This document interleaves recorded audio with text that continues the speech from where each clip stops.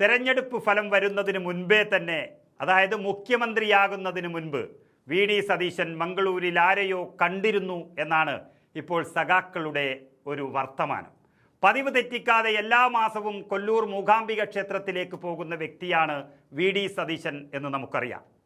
ആ പോകുന്ന വഴിയിലാണ് ഈ മംഗളൂരു എന്ന് പറയുന്ന നഗരം. അവിടെ വെച്ച് വി.ഡി. സതീശൻ കണ്ടത് അദാനിയുടെ ബന്ധുവാണെന്നും കേരളം അദാനിക്ക് വിൽക്കാൻ സതീശൻ തീരുമാനിച്ചു എന്നൊക്കെയാണ് ഈ പറഞ്ഞു പരത്തുന്നത്. തോൽവിയുടെ ആഘാതത്തിൽ തല തകർന്നു പോയ സൈബർ സഖാക്കൾ അതിൽ നിന്നും ഇതുവരെ മുക്തി നേടിയിട്ടില്ല എന്നുള്ളത് മറ്റൊരു സത്യം. എന്നാൽ അത് പുലബന്ധം പോലുമില്ലാത്ത കാര്യം പറയാൻ ഉപയോഗിക്കുന്നു എന്ന് പറയുമ്പോഴാണ് ഈ വിഷമം തോന്നുന്നത്. അതായത് മംഗളൂരു വഴിയുള്ള സന്ദർശനത്തിനിടെ അദാനി ഗ്രൂപ്പിൻ്റെ പ്രതിനിധികളുമായി കൂടിക്കാഴ്ച നടത്തി എന്നൊരു ആരോപണം അർഹിക്കുന്ന അവജ്ഞയോടെ തന്നെ തള്ളിക്കളഞ്ഞിരിക്കുകയാണ് മുഖ്യമന്ത്രി വി.ഡി. സതീശൻ. ആരും വലിയ മുറവിളി കൂട്ടണ്ട, അത് സമയം കളയേണ്ടെന്നും മംഗളൂരുവിൽ വെച്ച് കണ്ടത് അദാനിയുടെ ഏജന്റിനെയല്ല, മറിച്ച് അന്തരിച്ച മുതിർന്ന കോൺഗ്രസ് നേതാവും മുൻമന്ത്രിയുമായ ആര്യാടൻ മുഹമ്മദിൻ്റെ ഒരു അകന്ന ബന്ധുവിനെയാണെന്നാണ് മുഖ്യമന്ത്രി വ്യക്തമാക്കി കൊടുത്തത്. മംഗളൂരു വിമാനത്താവളത്തിൽ വെച്ച് ആ ബന്ധു വന്ന് കണ്ട് സംസാരിക്കുകയാണ് ഉണ്ടായത് എന്ന് തെളിവ് സഹിതം സതീശൻ വിശദീകരിച്ചു.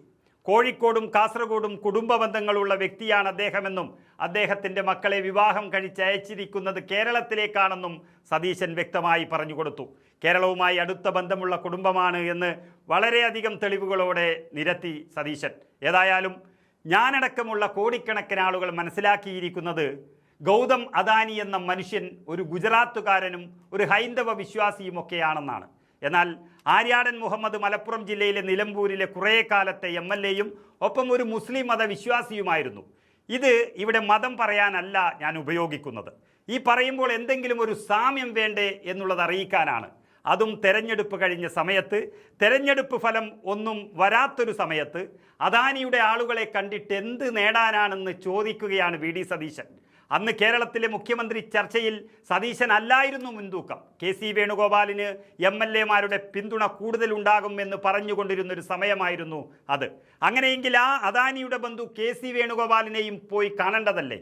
അതിനു പകരം അന്തരീക്ഷത്തിലുള്ളൊരു മുഖ്യമന്ത്രി സ്ഥാനാർത്ഥി എന്ന നിലയിൽ നിൽക്കുമ്പോൾ ഇങ്ങനെയൊരു ഡീല് നടത്താൻ വി.ഡി. സതീശൻ അത്ര വിഡ്ഢിയൊന്നുമല്ല എന്നതാണ് ശരാശരി മലയാളികളുടെ വിശ്വാസം.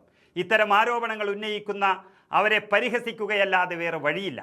എന്നാൽ വ്യക്തിപരമായ കാര്യങ്ങളിൽ ഇടപെടേണ്ടതില്ലെന്നും ഇത്തരം ആരോപണങ്ങൾ രാഷ്ട്രീയ പ്രേരിതമാണെന്നും വ്യക്തമാക്കിയ സതീശൻ മനക്കോട്ട കെട്ടി അധര വ്യായാമം നടത്തുന്ന ഈ സൈബർ സഖാക്കളുടെ മുനയൊടിച്ചു വിട്ടിരിക്കുകയാണ് യഥാർത്ഥത്തിൽ ചെയ്തത്.